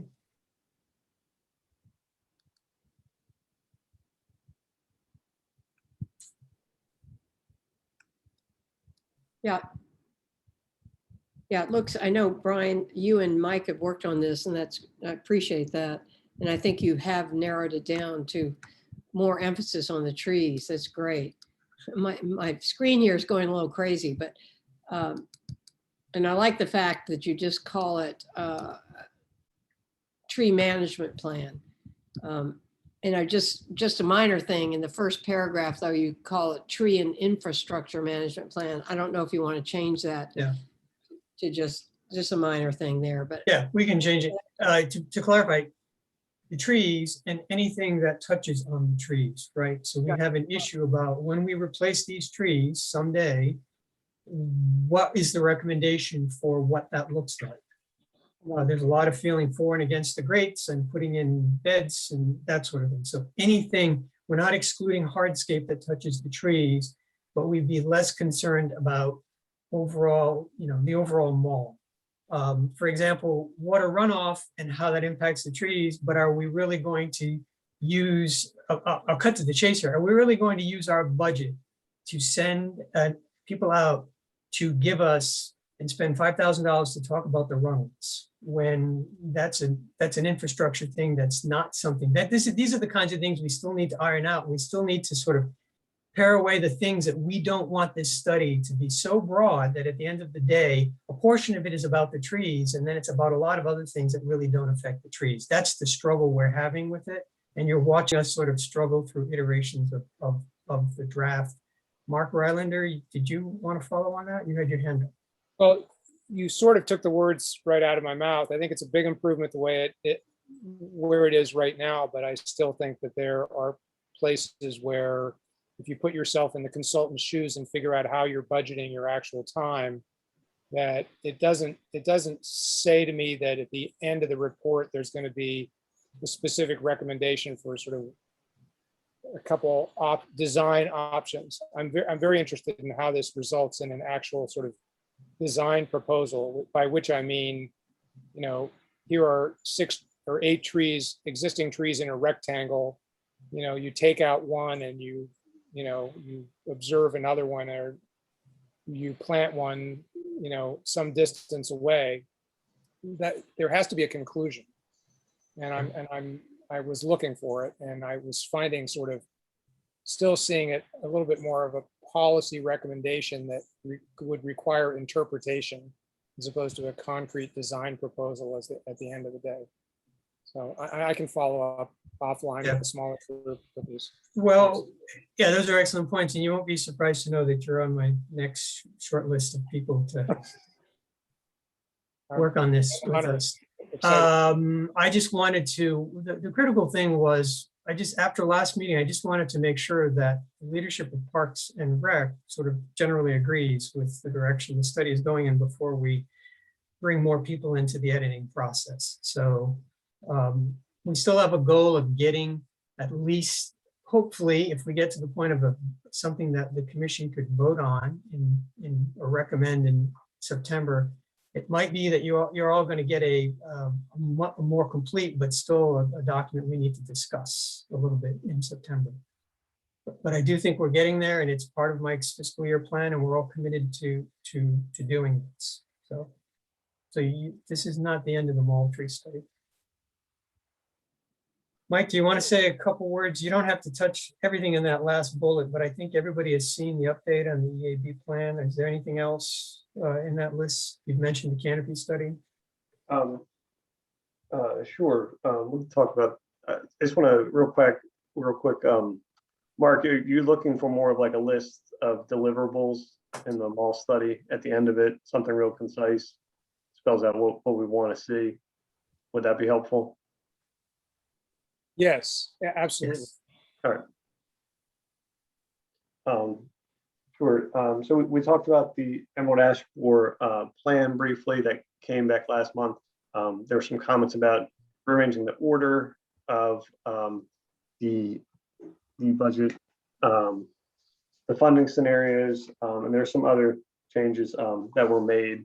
So you've seen the latest Emerald Ash Borer plan with the agenda packet. Are there any questions with that? There was a conversation going on, an email between you and Peggy. We're all good on like the sort of the final language. I wasn't able to keep up with all that. Yeah, I think so. Mike and I talked about little things. And the final thing, he had one paragraph that was repeated twice, and he's going to take it out. I think other than that, it seems to be fine. I know we've been, poor Mike, we've been going back and forth on this way too much. We just wanted to make it, from our point of view, it was kind of, this is sort of what city council is going to read, and we wanted to make it as strong as possible about what the need is. And again, they just can always cut back, but you might as well ask for what you want. Yeah. Go And for the again, big. yeah, and again, to be clear, this is Mike's plan. We also have, when we get into the CIP process and we need to do the narrative for the ask for money, that's clearly a place that we need to nail all these points and then some, to make sure that council understands. So, I mean, I think both of those documents are critical, especially since we have yet to really get the funding that we really need to deal with this issue. So Jeff Pacelli, your hand is up.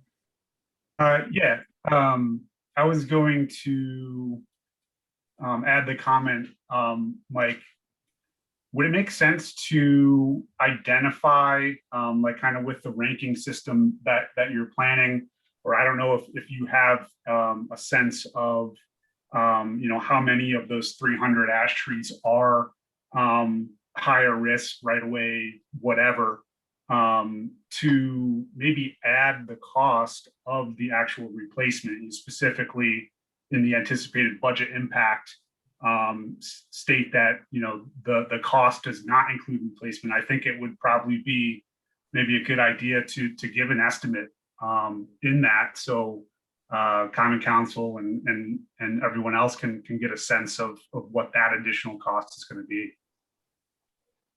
Yeah, there's a line in the anticipated budget impact about says it does not include the cost of planting trees, offset removals. Right. I'm saying that it might be a good idea to include that cost, just to give everyone a sense of what the additional cost would be for the replacement. For close to a mil is a striking number, just to begin with, but add that, and it's I think it's a little bit more striking. Sure. Yeah, that would be easy to do if one to include, just multiply the trees that we're losing by the cost of the average tree replaced. And then the other kind of minor thing that I saw is maybe you want to define, you do define low risk trees at the end of the removal procedures, but maybe you want to add additional definitions for like extreme high, moderate risk, just to give everyone a sense of kind of maybe, I don't know if that's possible, or an amount or like the number of low risk versus extreme, something along those lines. Okay. Yeah, I had the first draft, I think I had defined those things, and it's true risk assessment. It's like textbook. Just the standard ISA. Just yeah. So it's kind of like, it doesn't really fit. It's just kind of confusing in this. But I kind of defined it based on ISA, true risk assessment. Okay, got it. So. And again, I think we have an opportunity to flesh some of this out when we go into the CIP process and the presentation. This will be part of the commission's annual presentation to council, which is not that far away. Mike, malt trees, I don't know if there's anything to report on that, but that was about this series of trees that you brought to our attention and the planters, and just any quick update outcome on that.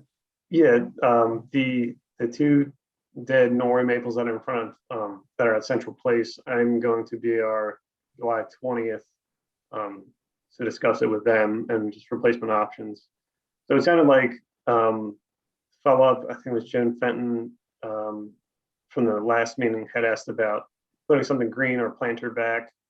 We went and discussed it with other departments in our department, and there's a maintenance aspect of adding planters.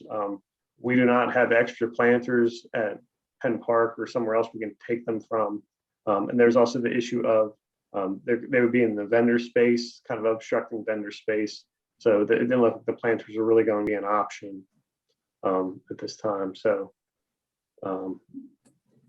but so those trees are coming down, is that what you said, soon? Yeah, two dead Norway maples. Okay. I'm going to discuss it with BR on July 20th.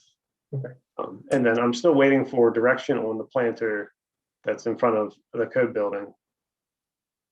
Okay. So I will keep you posted on that. Yes, that would be good. Especially, is there anything else on your list that we haven't covered? the canopy study I said is going out as soon as I can Yes. do. And then I hope to have it done by October. Okay. So this is a chance for us while we're together just to look ahead for the next couple of months. I prefaced this at the beginning of the meeting. We chose to meet in July because we had some significant issues. We obviously have a lot of ongoing agenda items that we don't want to lose track of. So for example, you just mentioned the pot of trees, the replacement and all that. That's something that I know you stay in touch with, but that the commission needs to have some input on. So we are now at July 13th, and we normally wouldn't meet this month. We would meet in August. I think Peggy just, oh, there she is. The recommendation that we would have is that we not have our August meeting. And that instead we use that time in August for the committees to meet. There's plenty of work to be done, and I'll reference it in a minute based on our calendar. So allow the committees to meet. We are allocated this one time slot, and plus we have one other slot during the month. So that would allow for the committees to meet at 2 different times. I think up to 2 hours each time, but we can check. So we have time for the committees to meet. We should assume that meetings will continue virtually in August based on the emergency declaration, unless that's lifted. The only hesitancy at doing that is that, and I didn't send the calendar around, I should have. August, we usually receive Mike's annual dashboard, which is all of the data from the previous fiscal year. That's tree data and financial data. We receive his report on the previous fiscal year. We receive arborist and committee report, the Arbor Committee report on the preliminary fall plant list and planting locations. We receive a staff report on the draft proposed CIP budget request. I know that might be delayed past August. And then we also have a significant amount of business in September. So if we were to use August as a committee time, we have to be prepared in September to move all of these agenda items forward. So it's a lot. It gives us time to work, and it means one less meeting as a group next month. I'm fine with that. I just think we need to be aware of not dropping the ball or losing sight of things and going off, and then it's almost Labor Day and we start to panic. Partly because the canopy study, all these things tie together in terms of our report, which we're required to make to council. So canopy study, most importantly, all of the dashboard stuff. And then there's work to be done by Mike and the Arbor Committee to have some of these things in place for the September meeting. I will say that we had looked at the calendar at the beginning of the year and adjusted some of the dates. So our meeting for September is scheduled for the 14th. The first week is Rosh Hashanah, and so we're going to not meet on that Tuesday. So we would be meeting on the 14th, which means it gives us a little bit more time between now. Basically, we have 2 months. That's a recommendation. I don't know if anybody feels strongly about us meeting in August. I throw that open the floor to any comments. Peggy, do you have any follow-up on that? Well, yeah, I think the Arbor Committee and the Educate Advocacy Committee need to meet. We've got 3 big things that we need to get ready for September if we don't meet in August. One, we'll talk more about Seville relief and what needs to happen. We need to give input to Mike about where we see planting, city tree planting for this fall, and the dashboard, our data.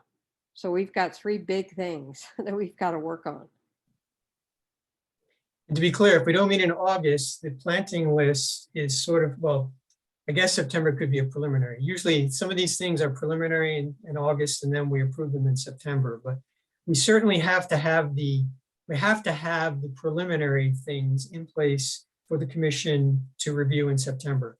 If we have to do final votes on a few of these things in October, that's fine, but we're sort of telescoping those 2 months together. So I think if we all understand that, and if it works for Mike in terms of, I don't know in terms of his timing and schedule and for committees, but it doesn't mean you won't be doing something tree related during the month of August. It's just we won't gather as a group. We'll just use this block of time to do work separately.